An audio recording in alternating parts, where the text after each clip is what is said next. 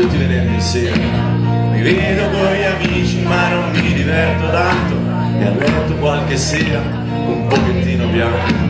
Io sono una lista di cose da fare, io ho 30 anni e non so ancora come diventare. Io sono un cercatore che cercava un tesoro e adesso mi ritrovo senza lavoro. Io sono nato a Napoli e adesso vivo a Roma. A Roma si sta meglio che a Napoli, ma io sto meglio a Napoli. E allora questo che vuol dire che io sto meglio come non sto meglio? E allora come faccio a capire quando sbaglio? E il mondo è come io me lo metto in testa. Un giorno sto nel mare, un altro nuoto in una vasca. Un giorno dormo, un giorno mi ricordo, un giorno mi sveglio, un altro giorno, giorno.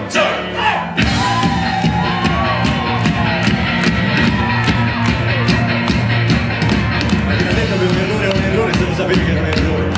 Ma chi l'ha detto che sognare è meglio che pensare? Ma chi l'ha detto che se ne hai soldi ai poveri, allora poi eri buono? Ma chi l'ha detto che se chiedi scusa, io poi ti perdono? Io sono nato in città e voglio vivere in campagna, e quello che è nato in campagna vuole vivere in città.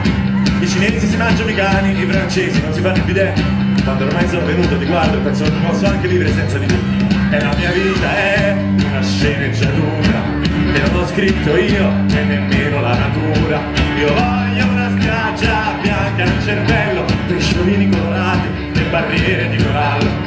E il mondo è come io me lo metto in testa. Un giorno sto nel mare, un altro nuoto in una vasca. Un giorno dormo, un giorno mi ricordo, un giorno mi sveglio, un altro giorno e il mondo è come tu te lo metti in testa.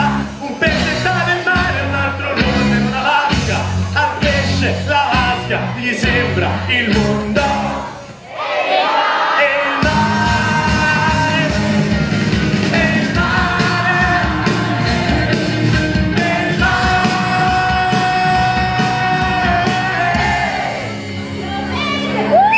Lo vede sullo sfondo. Buonasera.